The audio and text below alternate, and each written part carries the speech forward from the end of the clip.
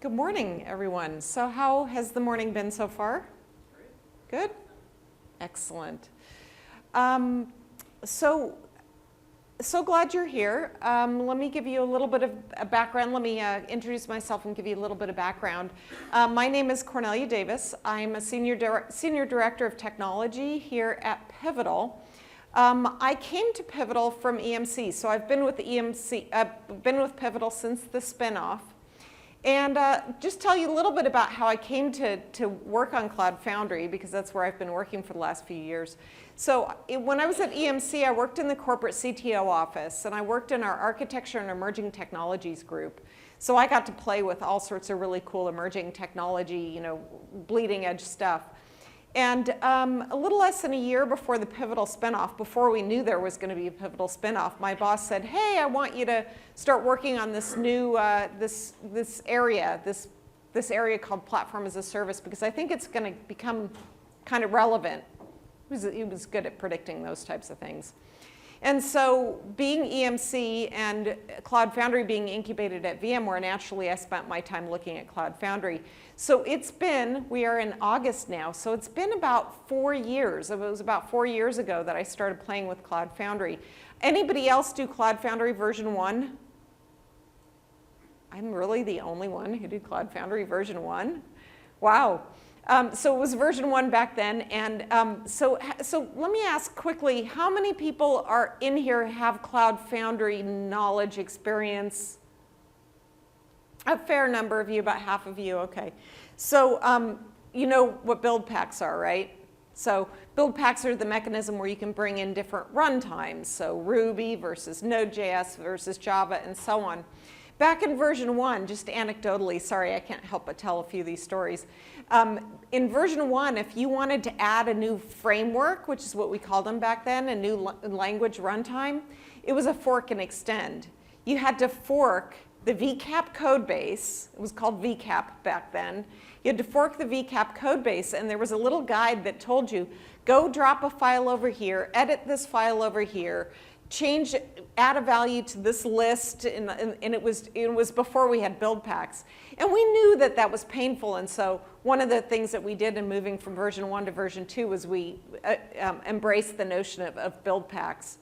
So anyway, I was working with version 1 of Cloud Foundry, and I was working within what I did in EMC in the CTO office was I worked with product teams across EMC to adopt some of these emerging technologies. And so I was working with our content management division, which is how I came to EMC, as well as a couple of other groups. And then the Pivotal spinoff happened, and I joined the Cloud Foundry team. And for the last 3 years, I've had the tremendous pleasure of working with some of our largest and most strategic customers, as well as partners, helping them kind of wrap their arms around and learn how to leverage this new emerging technology. It was very much emerging technology 4 years ago. Quite frankly, it's still a bit of emerging technology. Now, for those of you who do know me and know that background, that I've spent this time working on Cloud Foundry, I will also tell you that I've shifted my focus a little bit. Some of you know that I spent about 6 months really focusing on, as a part of our transformation practice. And our transformation practice tends to focus more on the people and process side of the equation, because in order to transform into building software a new way, and you saw that on the stage this morning, in virtually every talk was talking about transforming the way that the world builds software.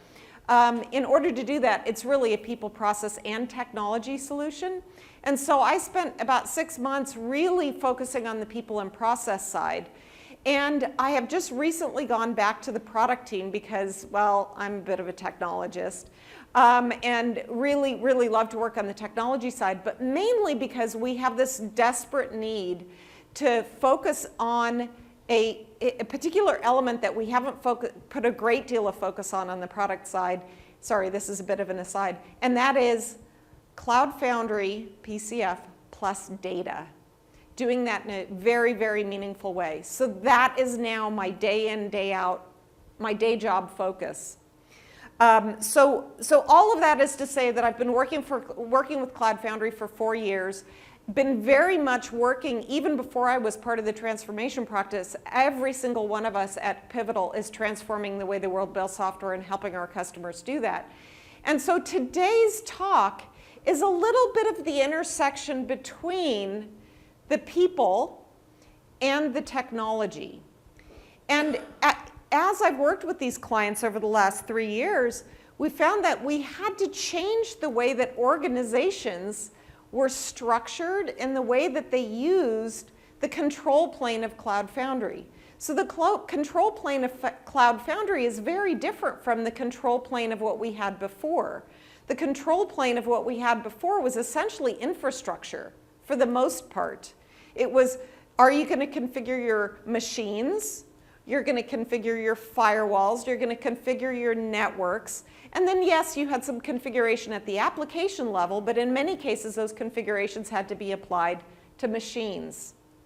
So what I'm going to do in today's talk is I'm going to talk a little bit about how the control plane changes when we move over to Cloud Foundry and map traditional roles, and those traditional roles today map more closely to those traditional boundaries like machine, compute, storage, and network, map those into the new abstractions that we have in Cloud Foundry.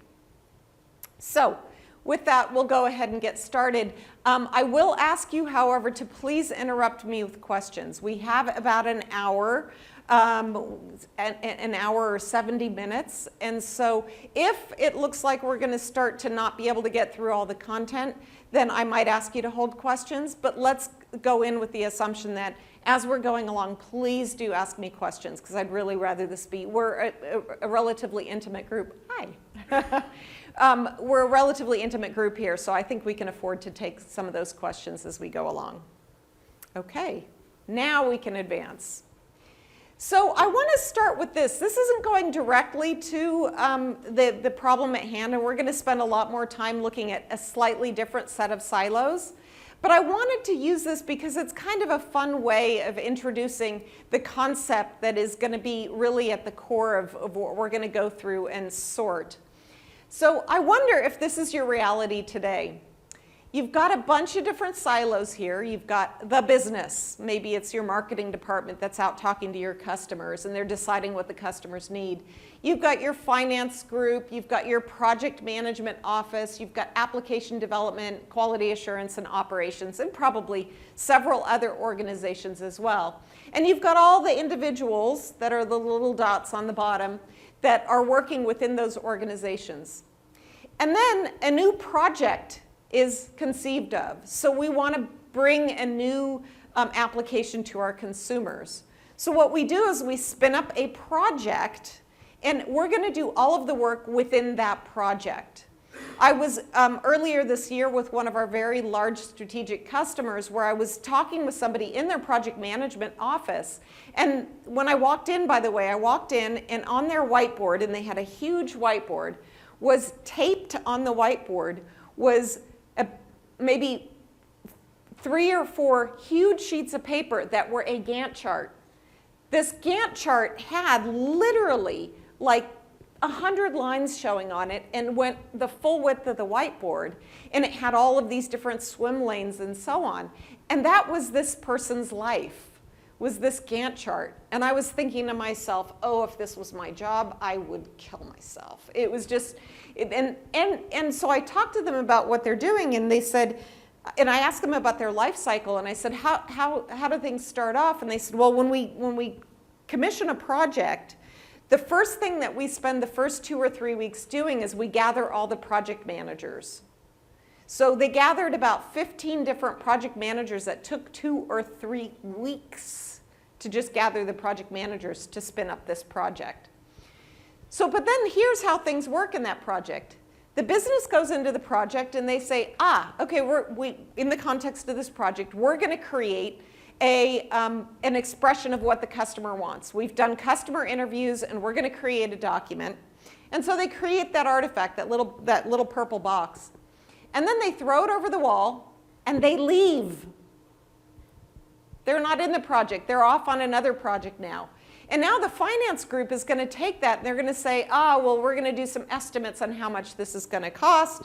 and they generate a cost estimate, and they throw that over the wall to the project management office, who creates that full, huge Gantt chart, and they throw that over to application development and say, thou shalt do things this way, and it gets, app dev creates its product, which of course is the implementation, QA does its work, and operations goes along.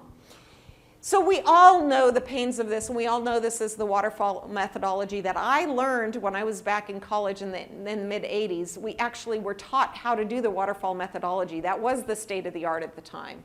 And it made a lot of sense at the time. It just doesn't make sense anymore.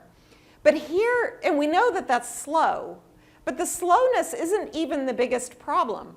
If we now take a look at this, here's the even bigger problem. Each one of those organizations is incentivized along different things. And so, for example, my favorite one is, let's look at app dev and QA. So application development, they're most often incentivized by, did you release the features that we ask for on time? It's about hitting a schedule. So now, if they're running behind, what happens?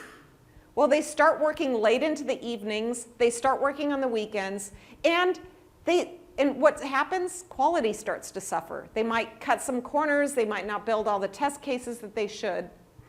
Quality assurance, what are they incentivized on? Finding bugs, right? So they are responsible and they get rewarded for finding as many bugs as possible and fixing those bugs, or working with the engineering team to fix those bugs. So when the engineering team, when quality starts to reduce, the engineering team is actually, they're going to hit the schedule, but quality is going to suffer. So they're going to do what? Introduce more bugs. The quality assurance team, in turn, is going to find more bugs. So each one of these teams is going to be very successful, but in combination, are they really providing the greatest value to the customer? Absolutely not. So this is part of the problem, and it's a great exemplar, and it's a simple exemplar that I wanted to use when we start to talk about the other organizational silos that I'm going to talk about throughout the rest of the talk. Instead, there is a solution, which is that we have a cross-functional team that's responsible for a product, not a project. That product serves a customer, and we break things up into lots of little products, and each one of those products has its goals. And they're aligned along goals of things like, are you providing the best recommendations for the consumer? Or are you doing the best job soliciting reviews? Those are customer value statements, not engineering discipline value statements. And that's extremely valuable. So what I've done in this opening example is I've kind of started, I wanted to give you a flavor of what kind of challenges I'm going to put forth.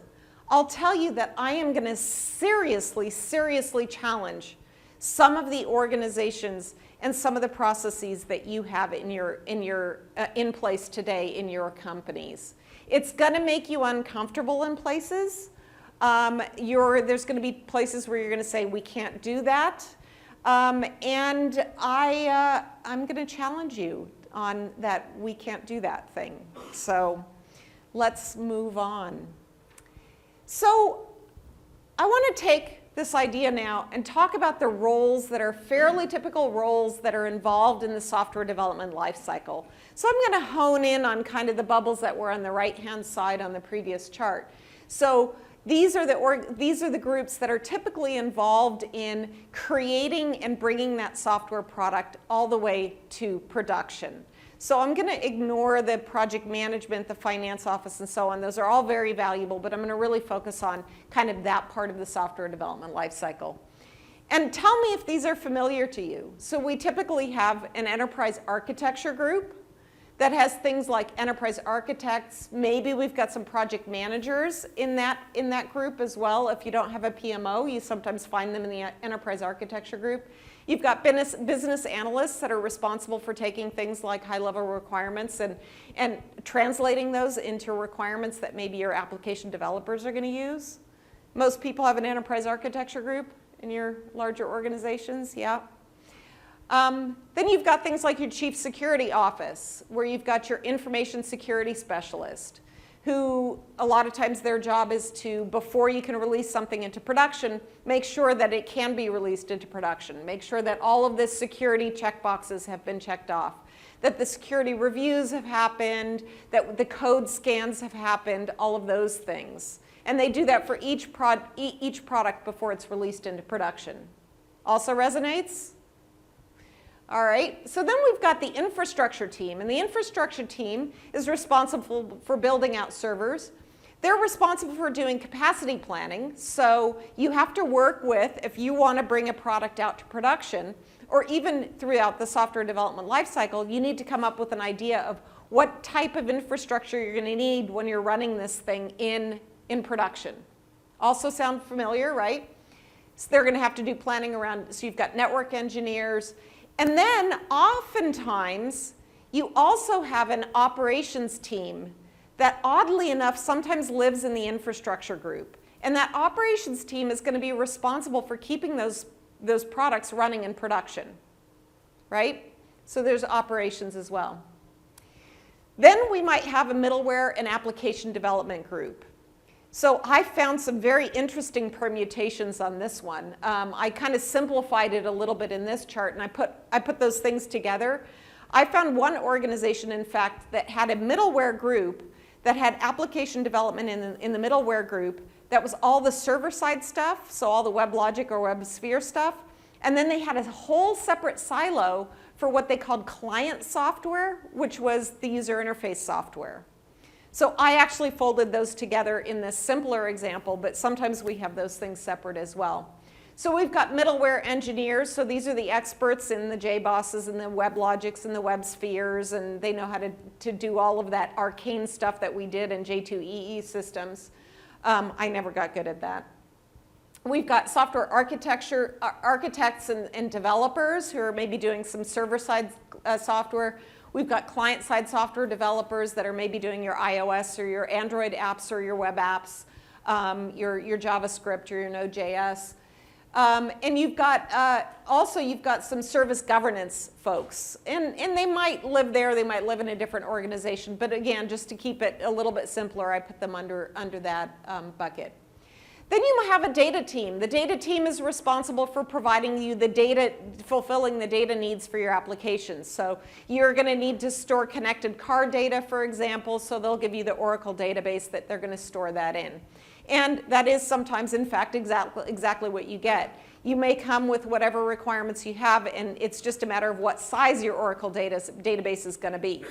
I have spoken with many, many customers where no matter what your data request was, your answer is always Oracle.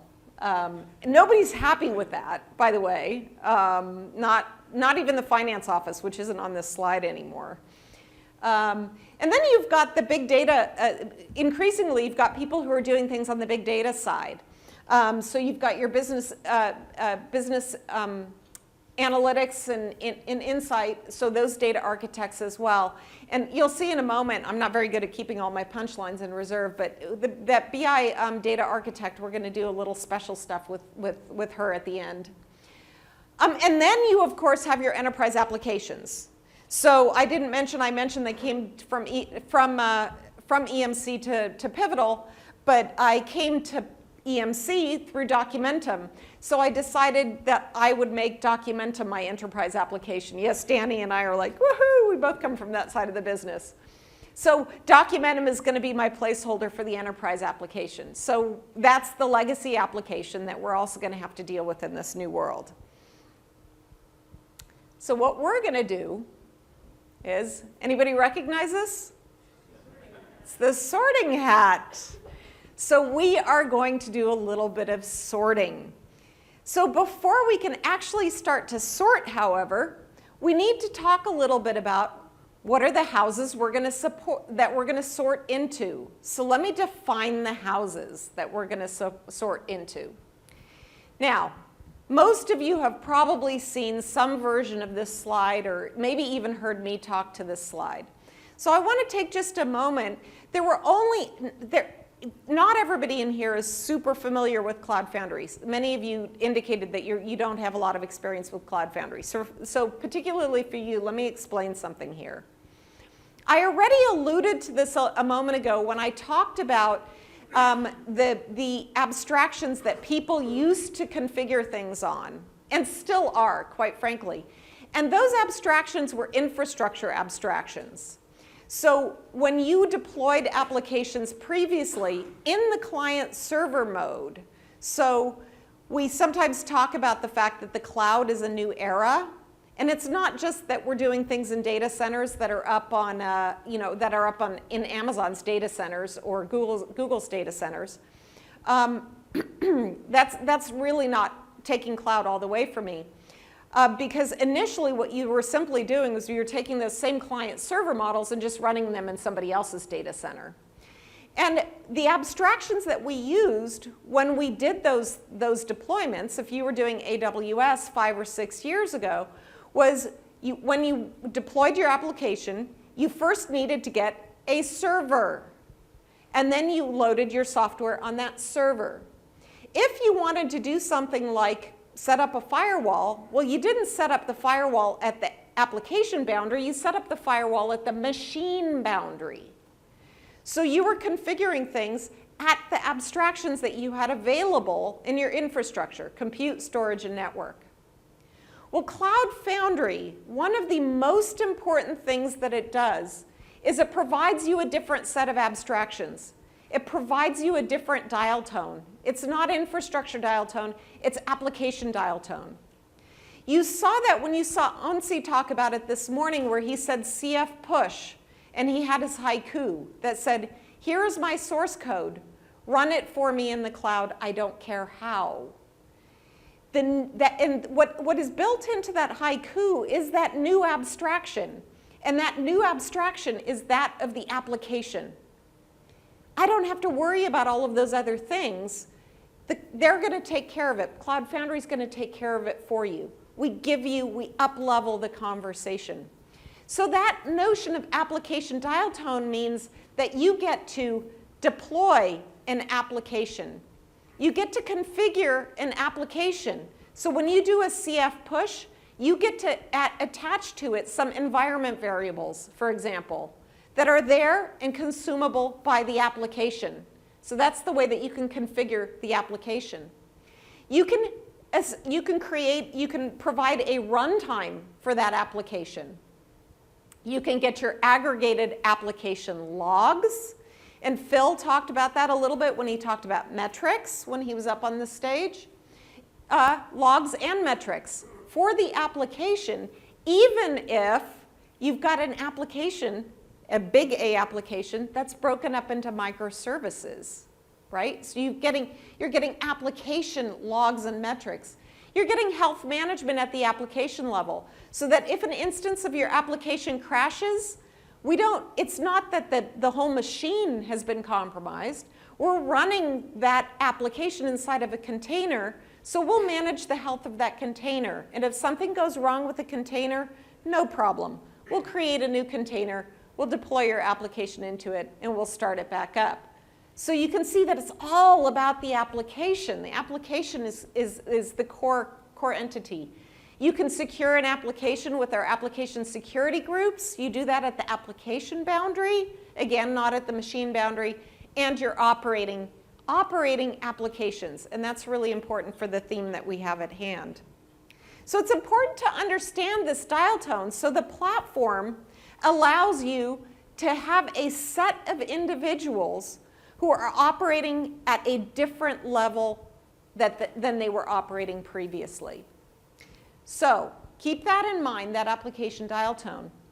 What that allows us then to do is it allows us to define two of the houses that we're going to be sorting into. One of those houses is the application team. The application team is going to be the ones that are operating in that application dial tone. They're going to be deploying applications, configuring applications, looking at the logs and metrics of those applications, operating those applications.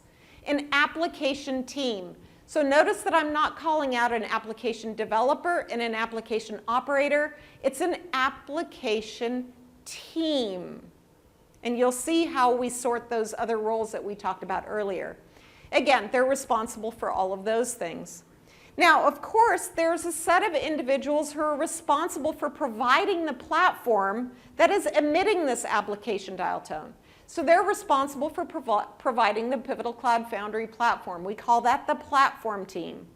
Well, the platform team, notice that I'm not saying that they're the platform developers and the platform operators. It's the platform team that do both creating the platform and the instantiation that they want to offer it to their consumers and keeping it up and running. Well, they are responsible for a lot of the same sort of things. They're responsible for deploying the platform, monitoring the platform, if they need to, scaling the platform, and so on. So these are all, and you'll notice that it's very similar, the things that the application team are doing and the platform team. Very, very similar. It's both pieces of software. Cloud Foundry is a piece of software. It's a product. It's just we have different consumers. Okay? All right, so going back to our sorting hat, here's the folks that we've started with on the right-hand side that you all agreed are pretty familiar in your organizations. And here are the houses that we're going to sort them into. You'll see as we go further into the process that we're going to have a couple of other houses that we're going to define. But these are the core ones where we're going to be able to sort a lot of the folks that are on the right-hand side. We'll be able to sort into these houses. Okay, so the first thing that we're going to do is we're going to take some of the simple ones. So watch which ones. I'm going to start with a lot of the application development stuff. So we're going to take a lot of the purple bubbles there, or all of them, and we're going to sort them. Now let's see how that's sorted out. We're going to take the software architect and the software developer and the client software developer, and we're going to make them part of the application team. So generally, those are the people who are building those software products that we were going to be sending to consumers. So that's a pretty simple one. We're also going to, now we're going to take in the other house, we're going to sort the middleware engineer. So the person who was responsible for knowing all of that stuff about fine-tuning your JBoss or your WebLogic or your WebSphere server, fine-tuning those parameters, optimizing things so that things would work well once you deployed things into your application server, we're going to make them part of the platform team. Because the people who are establishing the platform, they have some knobs and dials. They have the ability to make, for example, some tweaks on when I'm providing the Java environment. So when my application developers deploy their Java apps into production, I'm going to have some say over the amount of memory that they're going to have available in their Java heap. So those are the types of things that the middleware engineer was doing before. Now, before, they were doing that on a per application basis. So they had to work with the software architects and the software engineers and the developers to tweak those things bespoke per application. They generally did a lot of that optimization and tweaking. So that the middleware engineer, their role shifts a little bit now, where the middleware engineer is going to be doing that, and they're going to be exposing that in the form of various plans or in the form of various build packs. So that's one of the things, that's one of the abstractions that we have, one of the knobs that we have in the control plane on Cloud Foundry is the build pack. So you as a middleware engineer can tweak those build packs and can fine-tune them to make those available so that the customer-facing application teams can self-serve the capacity and the configurations that they need. Make sense? So we're moving from doing it per application bespoke to providing that as a capability, self-service capability in the platform. That's an incredibly powerful shift. And the other thing is, same thing with some of the governance. So I worked with a client almost right at the beginning of Pivotal who was using Cloud Foundry open source. And some of their governance stuff, they were able to work with these teams that were responsible for some of the things that they were required to have when they deployed things into production. They were able to wire those directly into the platform so that by the very nature of deploying code into the Cloud Foundry platform, you already knew that you had compliance against some of those governance things. So these, and in general, you'll see as we go through that if you've got a governance type of role, that oftentimes the place that you should be thinking is, can I take that governance that is happening on a per application basis that's quite frankly slowing down the delivery of the software? Can we take that governance and can we have them work with the platform team to codify, to actually automate that which they were doing on a per application basis, have them expose it through an abstraction on the platform. So again, extremely powerful. These are the things that take what Ansi talked about and allow you to shrink those cycles by doing exactly these types of things. So far, so good. Any questions? What is a DCTM engineer? Documentum. So Documentum, it's a legacy application. It's an enterprise application. Yep, it's just my example. So you might have stepped in a little bit late. I came to EMC from Documentum. Anybody eRoom? Anybody know eRoom? Ah, sweet. I was like employee 65 at eRoom. Got acquired by Documentum. Documentum got acquired by EMC. EMC did spin off to Pivotal. It's been a great ride. So that's what Documentum is. We'll get to this Documentum person in just a moment. Okay, next, we are going to take the DBA. Now the DBA was typically not part. It was very, very, very far from the application engineer. And I have worked with organizations very recently as in the last couple of years, where I talked to them about how does the application development lifecycle work? And we talked about one part of it, and I said, well, how does it work with databases? And this is the story that I told, and I'm not going to look at somebody that I know works for this organization because I don't want to give it away, but there's somebody in the room who works for this organization. And this isn't the person I spoke to. This is, we'll chat afterward. And so I said, how does it work with data? How do your developers get access to data? And create their databases and stuff. And they said, oh, they don't create databases. Here's how it works. They give us their schema, and we give them back jar files. And they use those jar files to interact with the database. And I said, okay, well, for a shared databases, by the way, are a bad idea. But for shared database, okay, I can see that. What if it's their own database? What if it's just, they have one application and they need their own database? They said, oh, no. Same thing. So I said, oh, okay. And if they need to change their schema, and they said, they will tell us what their change to the schema is, and we'll give them back a new jar file.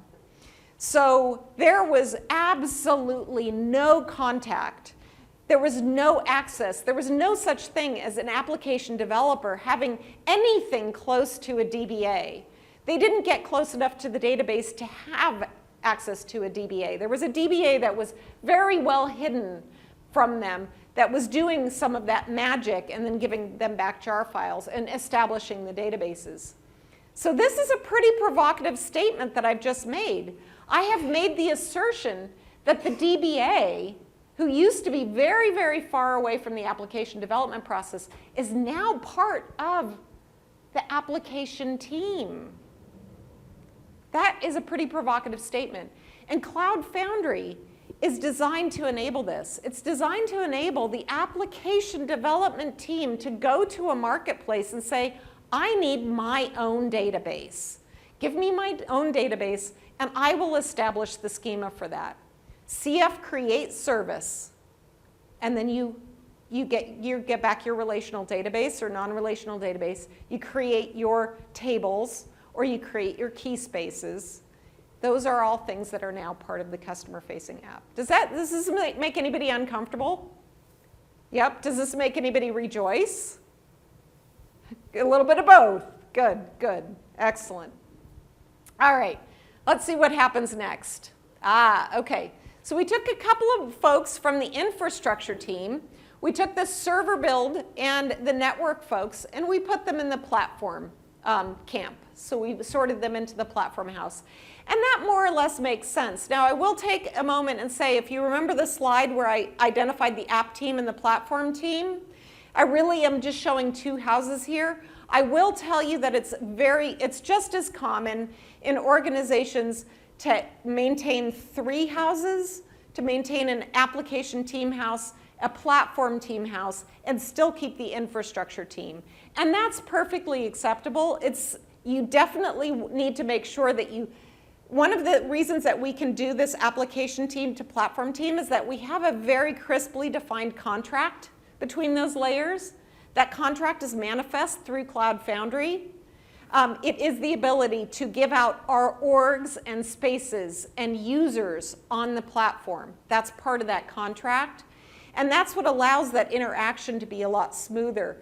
If you're going to maintain a separate platform team and infrastructure team, make sure that you focus on what the contracts are. And also, for goodness sake, back to what Bridget talked about earlier today, we're all humans. We can all communicate and work together. Okay? So, for the purposes of this, I kept it simple and put the platform team and the infrastructure team together, in part because what I've seen in practice is that many of our customers, it's the infrastructure team that takes on the responsibility of establishing and building out that platform and making it available to the consumers. So this is a very common scenario. Okay, so there's probably not too much contention with the people who are building out the servers and configuring the network and moving them over to the platform. So let's see what happens next. Next, we did something very interesting there. And I actually would have liked to do those two separate. So I'll talk to them separate. So let's talk about information security. So I took the individual from this chief security office and I moved them down into the platform team. So this is already very common. We already talked conceptually about this when we talked about the service governance role. And this is about taking those security requirements and instead of, again, doing them on a per application basis, wiring them into the platform. And a lot of times, that wiring into the platform is already there in Cloud Foundry. So I have several colleagues here that are part of our services arm that have these conversations when they're on site and they're going through the process of establishing the platform. They're engaging with those security professionals. And once you explain what is happening, the fact that you have Linux containers, the fact that you have isolation between those containers, and all of those things, it is that conversation, and I'm looking back at several of these colleagues that I have in the room, and I'm seeing nods, that you have those conversations with those security professionals, and they don't even have to do any bespoke building in the platform. It's just understanding how the platform works. And then the security officers are satisfied that you maybe can't get rid of all of the controls. You don't get rid of all the controls. There's still some controls that they need to check before you can deploy it into production. But I've seen cases where you can get rid of half of them. You can get rid of half the controls that need to happen on a per application basis by simply working with the security office as you're building out and standing up the platform. So that sounds pretty encouraging, right? All right. Now, the other thing that happened in that particular step was, remember we had operations that was down here in the infrastructure bucket. And if you notice, if you watched when I went through that animation, I split them. And what I'm doing there is emphasizing that operations happens at both tiers. And this is where I found that there's a lot of confusion in the existing processes. where we've got large organizations where there's an operations team that is very often in infrastructure, and who works in an organization where part of what you have to do, part of what your development team has to do is create run books? So for those of you who don't know the term, a run book is the thing that the developer writes that they hand over to the operations team that says, here's the way that things are going to run normally, and here are some things that might happen, and if this happens, then it means this, and you need to do this. So it's it's the run book for the operations team. Now the operations team just got handed this run book. They know nothing about the context of this application. They don't know what the value is that it's supposed to be bringing to customers. They don't know anything about the architecture of this system, although the run book probably has some high-level architecture diagrams in it. But they're being expected to keep this thing up and running in production and healthy, knowing when it might be ready to go down, all based on a run book that was what? Thrown over the wall. Back to the diagrams that we had at the very beginning. That is broken. That doesn't work. So what we're doing here is we're saying you need to have operations folks that are that live in both of these houses.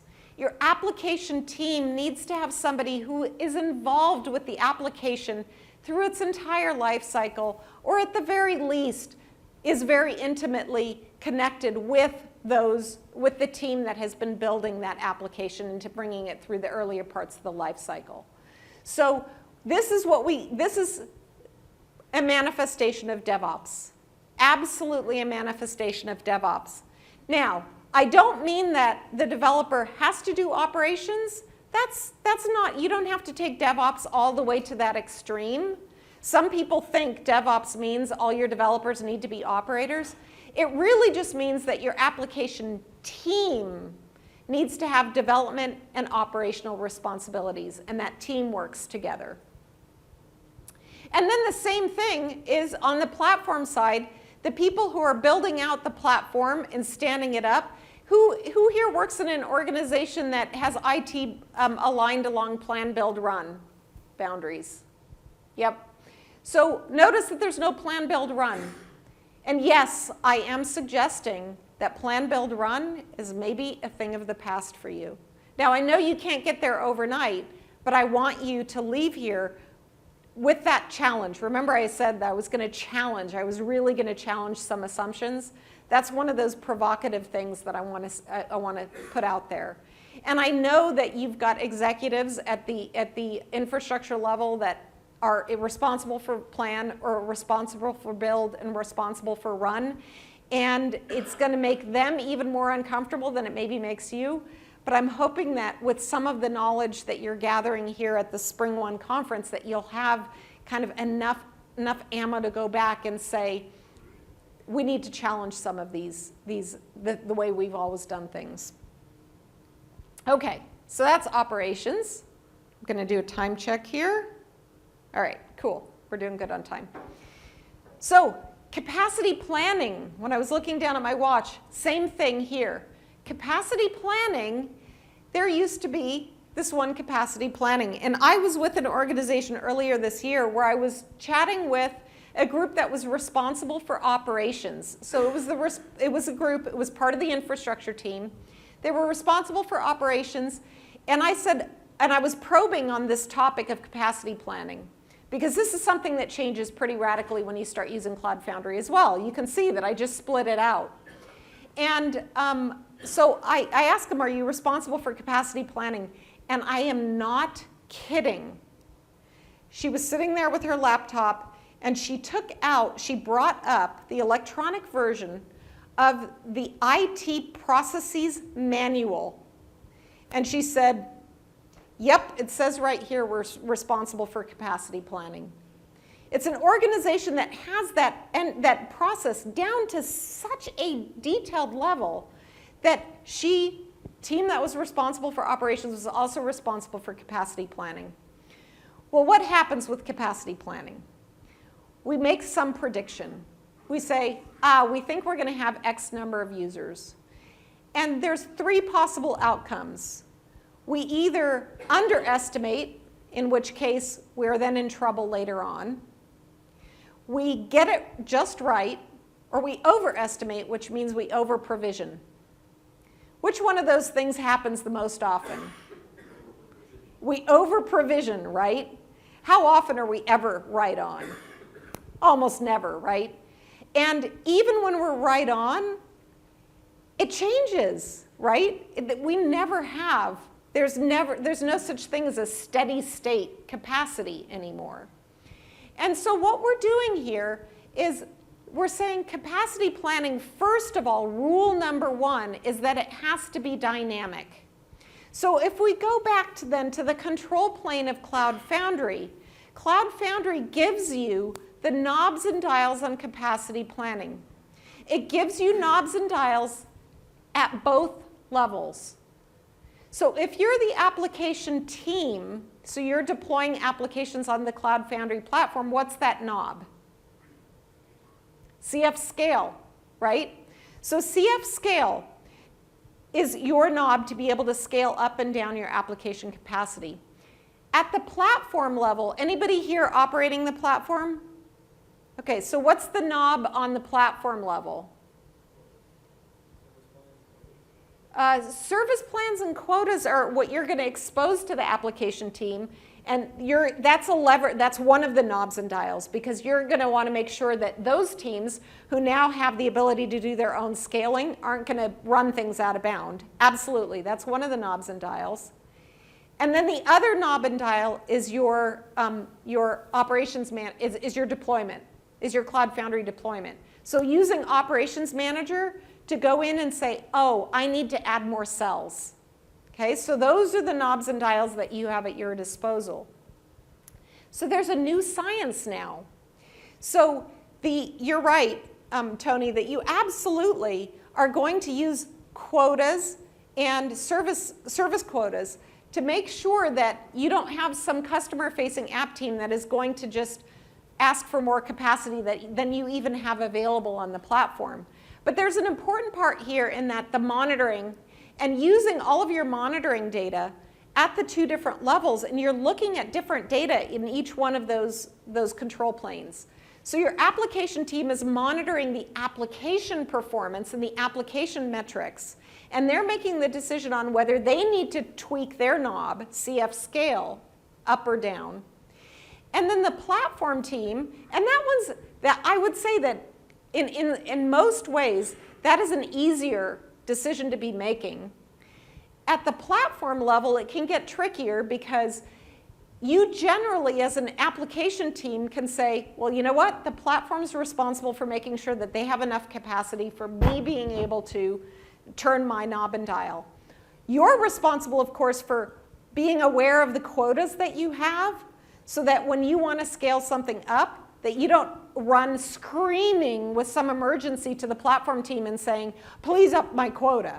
So you need to be aware of your quota and what you're consuming within that quota. Because if you're going to need more than your quota, then you need a little bit more lead time. But there's at least that abstraction there.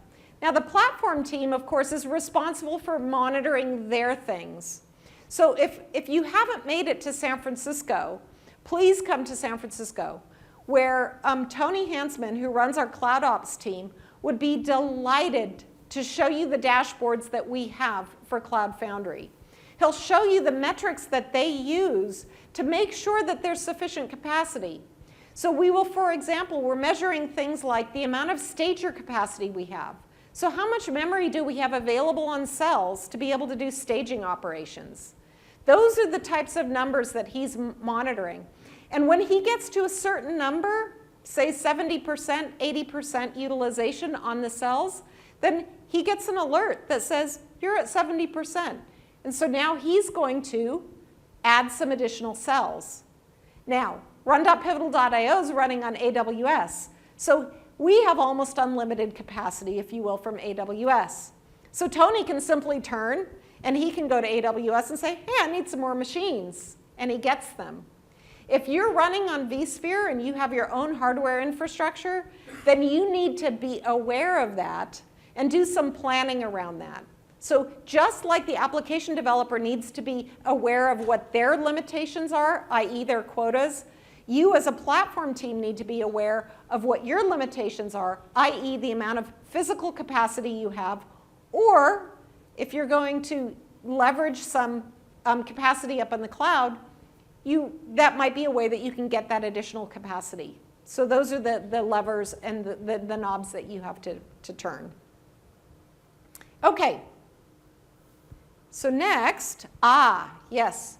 So I added another function here. I said that I was going to stick with these 6 functions, but I wanted to add another function here, which is there's a really important role that needs to be brought in to really flesh out that customer-facing team. And that is, we need somebody from the business to be part of the customer-facing application team, and they're going to bring in that product management function. Now, the reason that I brought them up is that the business analyst, who is often employed within the IT organization, often makes a really great pair with somebody from the business. So the business analyst, it's very important that the product manager on these teams be technical enough that as they're building out the stories and the backlogs for building out that product, they can use their technical expertise to communicate with the developers and to create stories in the right way. But they may not be close enough to the business to really understand the customer needs. So pairing them together with somebody from the business to do the product management for that application is super valuable. So I didn't want to bring the business analyst over independently without saying that at the very least that business analyst needs to be very, very tightly aligned with the product management with the business. Okay, next, just going to shift things over because I need to make room for my first new house. So we've sorted most of the roles into the houses of the customer-facing app and the platform, the app team and the platform team. The next house that I want to introduce is the legacy application house. So I am not, let me be clear here, in this diagram you can see that I am not suggesting that we're going to take a legacy application and cram it onto the platform or into the platform or somehow muck up that thing.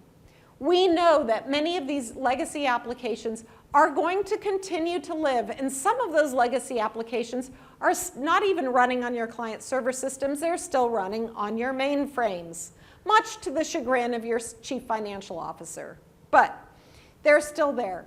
So this is just a placeholder for those legacy applications. So that individual who was responsible for the enterprise application, they're going to continue to live in the world that they're familiar with. It's probably the same individual who is responsible for operations of that and capacity planning and so on. Yes? So what happens if you get new enterprise applications? Because on one hand you have legacy, it's fine, but there's also cases where it makes sense to create enterprise applications within it. And how do you define an enterprise application? Well, for example, Documentum, instead of using Documentum, you want a file management system. A file management system, yes. So, okay, great question. So the first answer I would give you is be very careful as you're choosing those things because there are cloud-ready versions of these capabilities. So there's cloud-ready versions of file management or document management systems. Those absolutely can be managed by a layer like the Cloud Foundry layer, and we are bringing more and more of those services into the environment. And in fact, during my intro, I mentioned that I am focused on data plus PCF.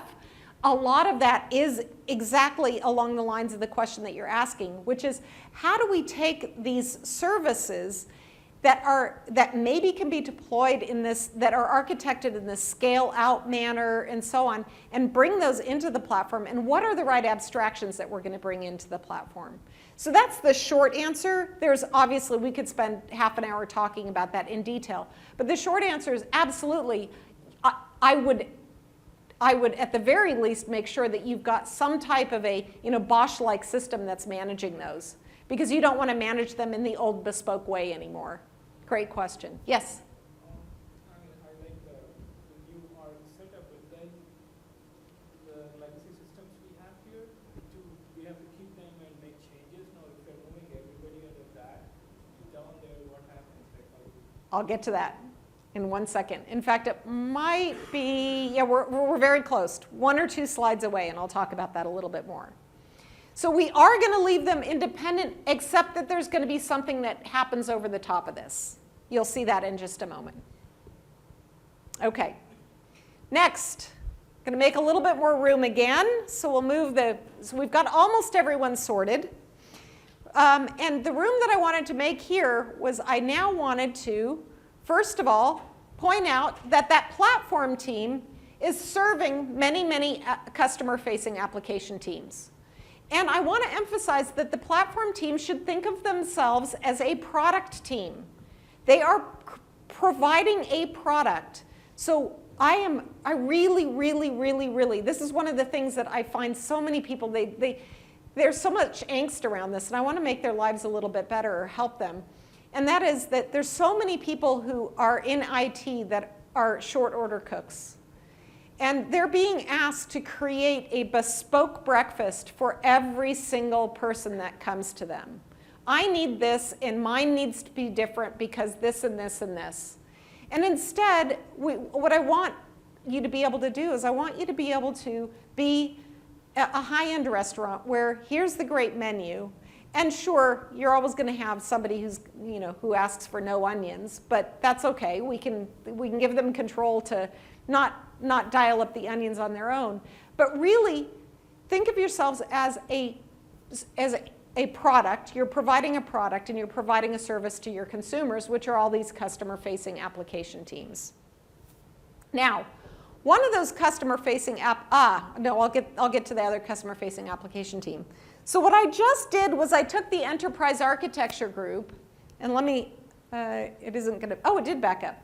So enterprise architecture, I changed a term as we went. So I want to make sure that I point that out. Enterprise architecture had enterprise architects and project managers. Remember, I already talked about how much I don't like projects. Watch what happens. What I'm doing here is I'm actually creating an overlay organization that the enterprise architect is in, and not a project manager, but a portfolio manager. And a portfolio manager is responsible for understanding kind of these broad themes that might involve multiple different products, but they're not doing things in a project management setting. They're not responsible for Gantt charts and schedules. They're responsible for alignment. Now look at the name that I gave this house. That name is very intentional. I named it the Enablement House. Now I was just sitting with somebody this morning at breakfast who is part of an enterprise architecture group. And he had recently moved there from the development organization, and he was laughing about having played both sides. And he was saying, yep, I went from being the policed to being the police. He's in the enterprise architecture group now. So he went from development to being the police. I'm very adamant here, and I'm going to emphasize it, is that the enterprise architect, there's still huge, huge value in the enterprise architect. At Pivotal, we don't call them enterprise architects, we call them engineering directors.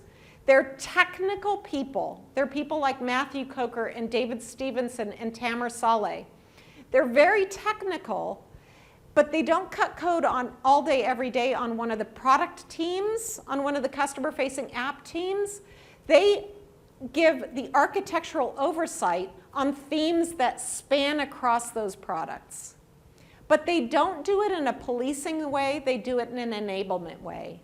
They are all about connecting those teams, about recognizing where the collaboration opportunities and needs are, and they're about allowing people to get the work done as opposed to imposing standards. Yes? But aren't they sort of doing like an Uber product owner or something? It is. It's definitely a little bit of the Uber product owner, and so is the portfolio manager. Yes, absolutely. And so the portfolio manager is, again, kind of understanding these broader things that span across different products. But really, the theme here is enablement. And now, I'm just moving the business analytics data architect over again. That enablement function, of course, I'm going to spread across. And now we're getting back to the question that you were asking here, I think, about the legacy system. So what we're doing here oftentimes is that we are creating a services layer over the top of that. Now, here's one of the things that's interesting. This is moving at a certain cadence, and it's generally a much slower cadence than what the rest of this is moving at. Because we know that in the days of Documentum, I'll tell you that while I was working at Documentum, we once missed one of our releases by an entire year. We said we were going to release in 2 years, and we missed it by a year.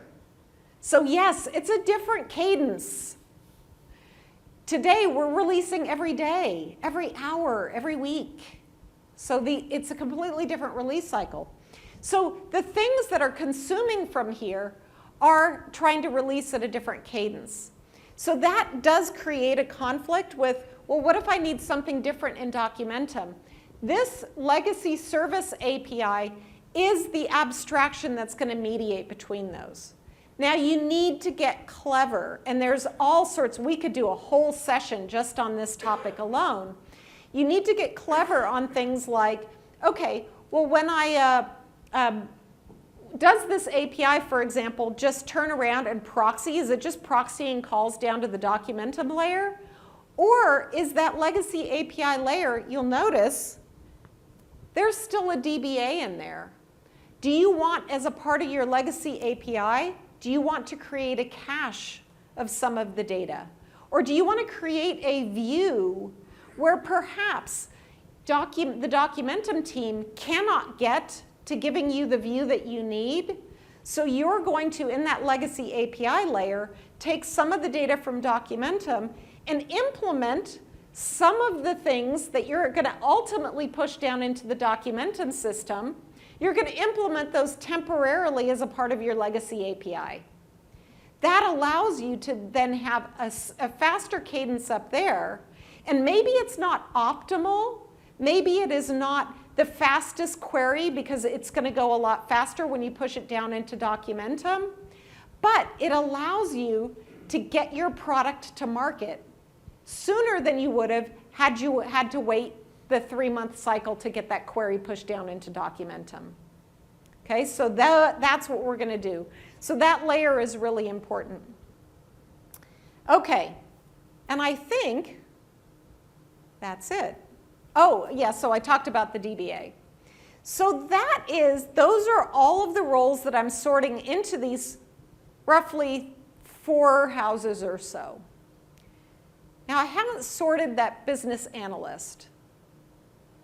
We've got this person left over. And that is a whole nother talk. And because it's very interesting, I've spent the last 3 years working at the application tier, and like I said, I'm now working at the data tier. Pivotal, of course, has some really rockin' data products.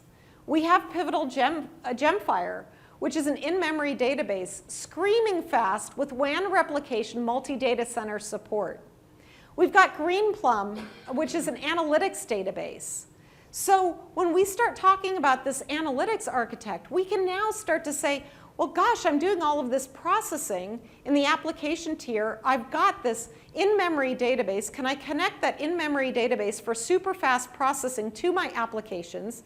Then age out that data from the super fast in-memory database out into an analytics database, have my business analysts do work there, and have that cycle back into the details that are going into the application. It is an essential part of that circle of code that we talked about this morning. And so with that, what I'd like to do is just give you just a quick screenshot. This is going to be a screenshot that Fred Mello, one of my colleagues, is going to be showing in his talk tomorrow afternoon. I see a couple people taking photos. I'll let you take your photos. And then on the next slide is my call to action. It's my close. And that is, I'd really invite you to go see Fred's talk, which is going to take that 30-second blurb that I just gave you around what the business analyst, not the business analyst, but the data analytics individual, the data scientist, is going to do. This is the talk to go and see how that relates to Cloud Foundry and how you can wrap that analytics back into the application tier. So with that, I think I'm out of time. I have about 5 minutes left for questions. Are there any other questions? Yes? You go back to your final. That one? That one. So you talked about the platform also being a product. Yes. So is there any reason for excluding a product manager from that? Oh, that's a great point. That is a really great point.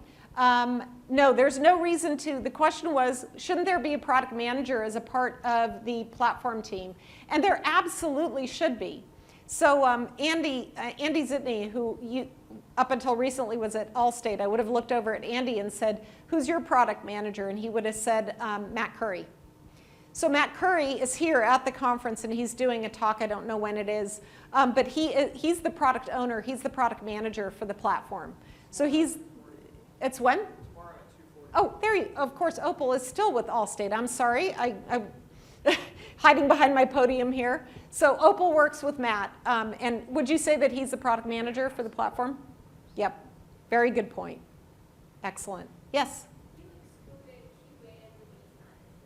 Ah, very good point. I excluded QA and release management. So I love that. Thank you for calling me out on that. And I'm just trying to think of, I'm very quickly going through the in my mind of how did they end up not on that list in the first place. So let's talk about QA management and release management. Where would I put them? Well, QA, without question, belongs as a part of the balance team. They're part of the customer-facing application team. Now, I will say that oftentimes we work with clients to no longer have the separate designation of quality assurance engineer anyway. First of all, make your developers responsible for quality. It turns out that an awful lot of your quality assurance engineers are really good developers. So make them developers. Now, some of them have this really great ability they're really good troubleshooters. They're really good at looking for things that the developer isn't going to think of. And we have some of those individuals ourselves as a part of the Cloud Foundry team, and we call them exploratory testers. And they are not in the business of building test plans and running test cases through things. That's the responsibility of the developer. They have to create all of those testing pipelines and test suites and all of that stuff. But what exploratory testers are good at is they're good at going in there and just trying to wreak havoc. They're trying to break things. They have this mindset, this mischievous mindset. So what we often, like as I said, we often counsel that quality assurance, that designation should be kind of minimized a little bit. Release engineering is also part of each one of these teams. And that's what you saw Ansi talk about this morning as well, is that because you now have the Pivotal Cloud Foundry platform, it enables your development teams to do that release. And they are creating pipelines that take it all the way out into the production release. So again, they're responsible for, your release engineers who have always been responsible for those types of pipelines, that's now a core competency of the application team. Thank you very much. Next version of this talk is going to be that much better because of your question. Yes? It's kind of related, but the ideas around the tools that are utilized by the customer-facing apps, right? And the that can be looked upon as an enablement function of creating tool sets that are used or can be embedded into them. Ah, very good. So I think what you're actually calling out is that the release engineering team also plays a role in the platform because the platform is part of that tool set. And by platform, I don't just mean the Pivotal Cloud Foundry platform. I mean the platform of tools that are going to be available for the application team. Also, very good point. I think we have time for one more question. So you talked about the product management, and you said that it's going to be from the business unit, right? So how about technical products? Right, and that's why I paired them up with the business analyst. So whether it's technically the business analyst or it is your or somebody who's maybe a little bit closer to the team, what we do in Cloud Foundry is we have an anchor, and the anchor and the product manager work extremely close. The anchor is a developer who still cuts code all day, every day, but they are somebody who stays on the product development effort for usually 6 to 12 months. And they know everything about that. And when I say they code all day, every day, they code every day at least half the day. And they spend the rest of their time working with the product manager to make sure that the requirements that are coming from the business side. So sometimes the product managers aren't technical enough. They're working very closely with that anchor to make sure that there is an understanding of technical feasibility, for example, coupled together with requirements. Because we've all been in those cases where the business says, I need this, and we're like, can't get there from here. And so I think that's really what the essence of your question is. How do you balance that? And so there's a number of different techniques. Business analyst can play a role. If you don't have that skill set, then maybe it's an anchor. But you definitely need to make sure that you either have a product manager who's technical enough. One of the things that we've done on Cloud Foundry as well is we've taken some of our developers and made them product managers. Because things like Bosch is kind of technical, right? Yep. So Dimitri, who's the head product manager on Bosch, if you're at all involved in the Bosch open source stuff, Dimitri, he was a developer on Bosch for years, and now he's a product manager. So that's another technique. All right, well, thank you so much. And I'll be around for the next couple of days. So thanks.